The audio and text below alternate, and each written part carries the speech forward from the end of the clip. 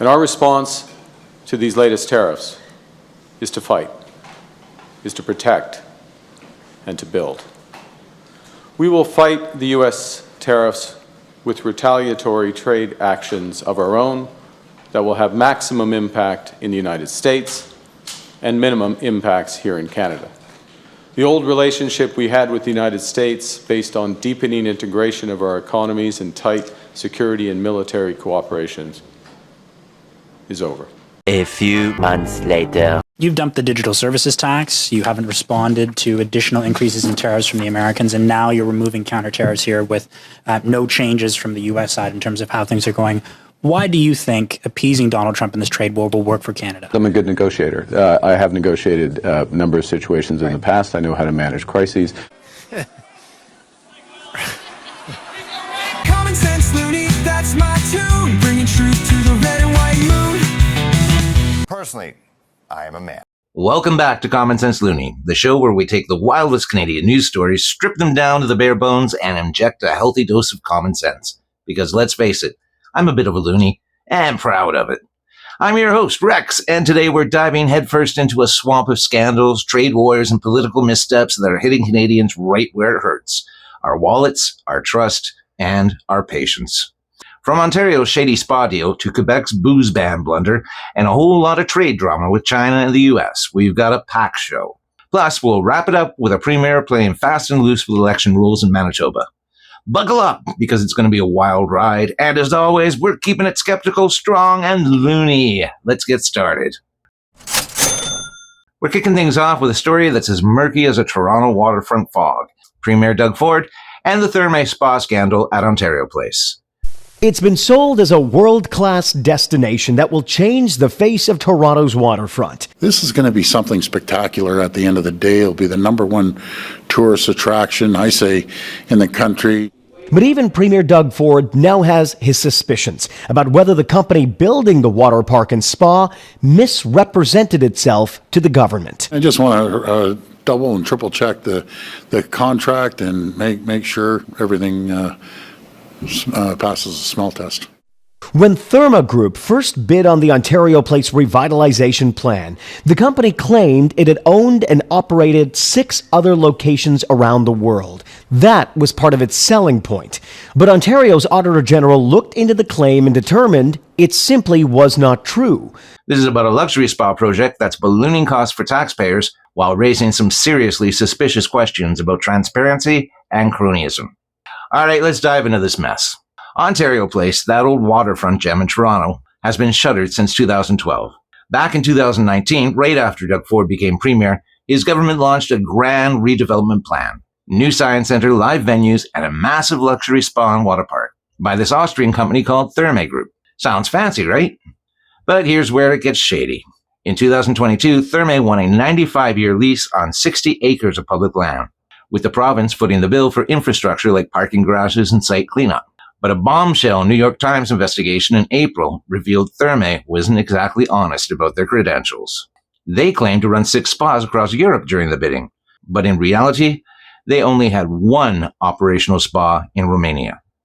The rest, either in development or not even theirs. And get this, Ontario's Auditor General flagged this way back in December 2024, warning that the government didn't bother checking Therme's claims or their shaky finances of low equity, ongoing losses in Europe. Yet Ford's team signed the deal anyway, fast-tracking it through legislation, dodging environmental reviews and public input. Oh, and a move straight out of the cronyism playbook, Ford hired Therme's former Canadian spokesperson as his principal speechwriter right after the New York Times story broke.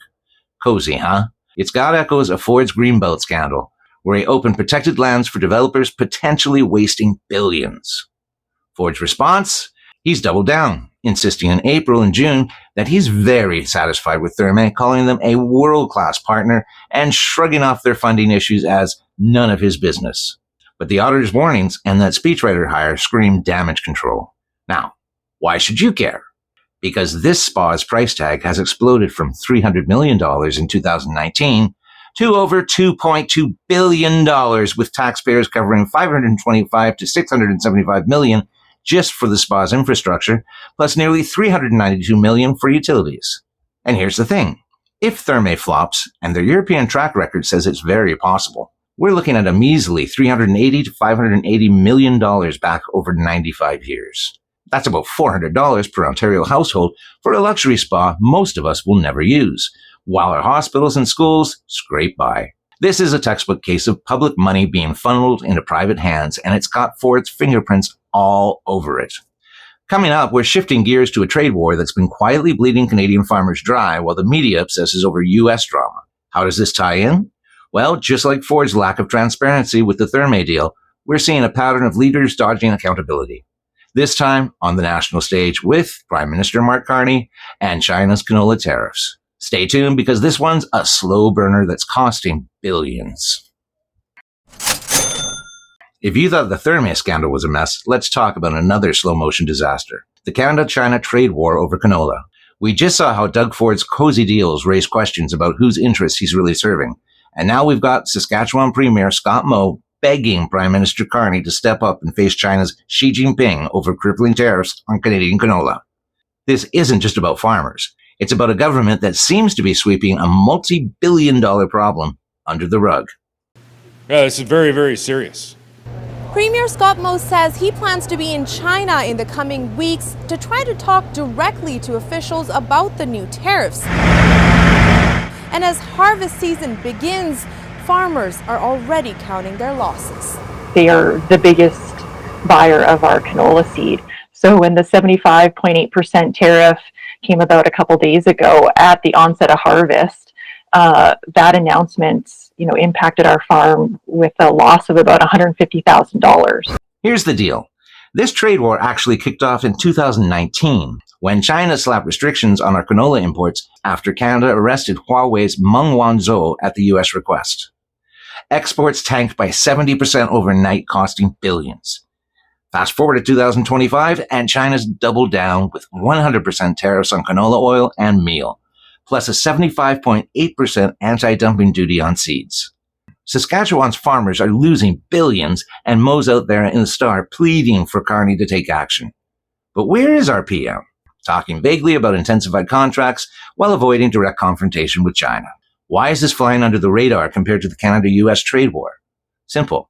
The U.S. is our biggest trading partner, taking over 75% of our exports, so any spat with Trump grabs headlines.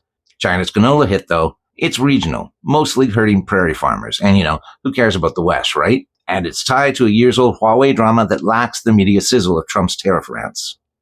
But here's where it gets fishy. Carney's got deep ties to Beijing from his banking days, meeting with Chinese officials, investments, even links to their Asia Infrastructure Investment Bank. Critics, including Pierre Poilievre, are calling him soft on China, and it's hard not to wonder if his past is making him pull punches. Why else let 6 years of tariffs fester without a tougher stance? And during the 2025 election, the issue barely got airtime, overshadowed by U.S. trade noise. Carney ran as a pro-trade negotiator, but his inaction on China smells like deception, letting farmers take the hit while the media focuses elsewhere. We'll talk about Carney's trade moves again later in the show when we talk about his U.S. tariff concessions. But for now, this canola crisis is a glaring example of leadership that's more about optics than results. Speaking of questionable leadership, let's head to Quebec, where a protest against U.S. tariffs turned into a 300,000 booze-busting blunder. This story's got a different flavor, but the same aftertaste. Governments making choices that leave taxpayers holding the bag. Stick around, because this one's almost too absurd to believe. From Ontario's spa scandal to China's canola crush, we're seeing a pattern of leaders making decisions that don't add up for regular Canadians. Now, let's take a trip to Quebec, where a protest against U.S. tariffs went from bold to just plain bonkers, leaving $300,000 worth of American booze headed for the drain. Here's the tale. Back on March 4th, Quebec government, fed up with Trump's tariffs making life pricier, banned U.S. alcohol from their liquor stores. The SAQ, Quebec's liquor board, stashed away $27 million worth of whiskey, wine, and cocktails, hoping the trade spat would cool off. But months later, $300,000 of that, mostly rosé, boxed wines, and mixers, they started to expire. So, their big plan? Destroy it. Smash the bottles, pour it out, gone. This is where common sense goes out the window. Quebec already bought this booze, so American companies got their money ages ago. Destroying it now doesn't hurt the U.S. It's just Quebec throwing away $300,000 of taxpayer cash. It's like buying a car to spite the dealer and then torching it in your driveway. Who's the loser here? You are. And with budgets tight across Canada, this kind of stunt is beyond reckless. Sure, the finance minister later mumbled about donating it to charities or using it for training, but why not sell it at a discount from the start? Other provinces like Alberta and Saskatchewan saw the light and reversed their bans. This is what happens when knee-jerk protests trump practical thinking, and it's another hit to Canadians already stretched thin, just like we saw with Ontario spa costs earlier. All right, up next, we're circling back to Prime Minister Mark Carney and his trade moves, or lack thereof, with the U.S. If you thought Quebec's booze ban was a bad call, wait until you hear how Carney's handling Trump's tariffs. It's another case of promises that don't match reality. And we'll tie it back to that China trade war we discussed. Stay with us. We've been talking about leaders making questionable calls. Ford's spa deal, Quebec's booze blunder, and Carney's soft touch on China's canola tariffs. Now let's stay with Mark Carney and his latest move in the Canada-US trade war, because it's raising eyebrows and questions about whether he's the tough negotiator he claimed to be during the 2025 election. It's at grocery stores where the elbows up movement to buy Canadian over U.S. goods really hit home. And it's where Ottawa's counter tariffs against American products was felt most. Counter tariffs were hurting Canadians. The cost of counter tariffs on foods, says this food pricing expert, was taking a toll on grocery budgets. On August 22nd, just a day after a chat with President Trump, Carney announced that Canada would drop retaliatory tariffs on all U.S. goods compliant with the USMCA trade agreement, effective September 1st. That covers most products, restoring free trade for a chunk of imports, but keeps 25% tariffs on U.S. steel, aluminum, and cars.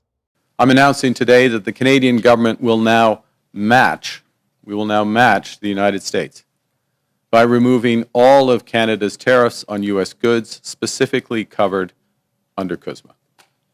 This decision will take effect, September 1st of this year. Carney called it a move to even the playing field and push negotiations. The White House cheered, but here's the catch. Trump hasn't budged on his 35% tariffs on non-compliant Canadian imports, slapped on over border and fentanyl concerns. This isn't Carney's first retreat. In June, he axed the digital services tax on U.S. giants like Google and Amazon under White House pressure, without securing any U.S. concessions. Critics, including Pierre Poilievre and Yves-François Blanchet, are calling this a pattern of capitulation, giving it leverage before the 2026 USMCA review. Compare this to the China canola mess we talked about earlier. There, Carney's been vague and hands-off, letting farmers suffer under years of tariffs. Here, he's quick to make concessions to Trump without clear wins for Canada. Both cases raise the same question. Is Carney's expertise overhyped? Or are his ties, like those to Beijing or his globalist banking past, clouding his judgment? Either way, Canadian jobs and wallets are at risk, and skepticism is growing. That Mr. Carney, being the negotiator he promised he would be, that he would get something after giving something, but not so. Today we learn that it has been yet another capitulation and climb down by Mark Carney. His elbows have mysteriously gone missing. We're not done with questionable leadership yet. Let's head to Manitoba, where Premier Wab Kinu's got his own scandal brewing, this time over election rules. It's another story that ties into the theme of today's show, leaders bending rules and eroding trust, just like we've seen with Ford and Carney. Keep it locked in. From Ontario's shady deals to national trade fumbles, today's show is all about leaders who seem to prioritize their own agenda over the public's trust. Now we're heading to Manitoba, where Premier Wab Kinew is under fire for allegedly breaking election rules in a way that could undermine the fairness of democracy itself. Just days before a crucial by-election in the Tory stronghold of Spruce Woods on August 26, Kinew posted on Instagram, hyping a promise to fix Highway 2 in the riding, mimicking his NDP candidate's pledge. The catch, the Manitoba Progressive Conservatives, led by Obi Khan, help us Obi Khan, you're our only hope. Sorry about that. Anyways, he says that this violates Section 92 of the Election Financing Act, which bans government resources from being used to promote programs during elections, except for things like public safety alerts. So why is this a big deal? Because it's about keeping elections fair. If the ruling party can use taxpayer-funded platforms to campaign, it's letting them buy votes with public money, tilting the playing field against everyone else. The Tories filed a complaint with Elections Commissioner Bill Bowles, pointing out that Kinew's Instagram, run partly by publicly paid staff, blurs the line between government business and party hype.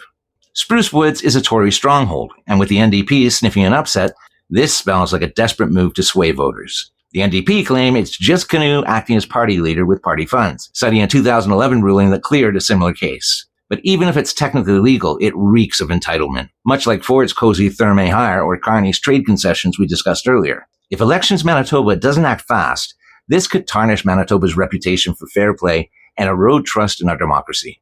It's another example of leaders bending the rules for their own gain, leaving voters to wonder if the system's rigged. We've covered a lot of ground today, from shady deals to trade wars and election shenanigans. Let's wrap it up with some final thoughts on what ties these stories together and why we need to stay vigilant. Don't go anywhere. What a whirlwind of a show, folks. From Doug Ford's Thermae spa scandal in Ontario to Mark Carney's questionable trade moves with China and the U.S. From Quebec's booze ban blunder to Bob Canoe's election rule controversy in Manitoba. One thing is crystal clear. Canadian leaders are making decisions that too often leave taxpayers footing the bill and trust in our institutions hanging by a thread. Whether it's Ford's cozy deals, Carney's soft stance on trade, Quebec's wasteful protests, or Canoe's election antics, these stories all point to a lack of transparency and accountability that hits us where it hurts: our wallets, our jobs, and our faith in the system. The Thermae deal could cost every Ontario household $400 for a spa most won't ever use. China's canola tariffs are bleeding prairie farmers dry while Carney looks the other way. Quebec's throwing away $300,000 in a pointless protest, and Canoe's playing it fast and loose with election fairness. These aren't isolated screw-ups. They're a pattern of leaders prioritizing their own agendas over the public good. And that's why we do this show, to call it out, break it down, and demand better with a little bit of loony flair. So what can we do? Keep asking questions, keep holding power to account, and keep talking about these issues. Whether it's on X, at a coffee shop, or at a ballot box, we've got to stay sharp, because if we don't, these scandals and missteps will keep piling up. Thanks for tuning in to Common Sense Looney. If you like what you heard today and you want to see more, please click on the subscribe, the like, and I love your comments, every one of them. If you agree with me, if you disagree, let's just have a normal conversation and try to figure it all out. We'll be back with more stories, more skepticism, and more common sense. And remember, stay strong, stay skeptical, and above all else, stay loony. I'm here to cut through the haze, no disguise. Gonna open your eyes to politicians' lies. Canada's great, but led by wackos, it's true. Time for no nonsense, me and you. I'm the Common Sense Looney, hear my call. Ditch bingo night games, we'll fix it all. Common Sense Looney, that's my tune. Bringing truth to the red and white moon. Personally, I am a man.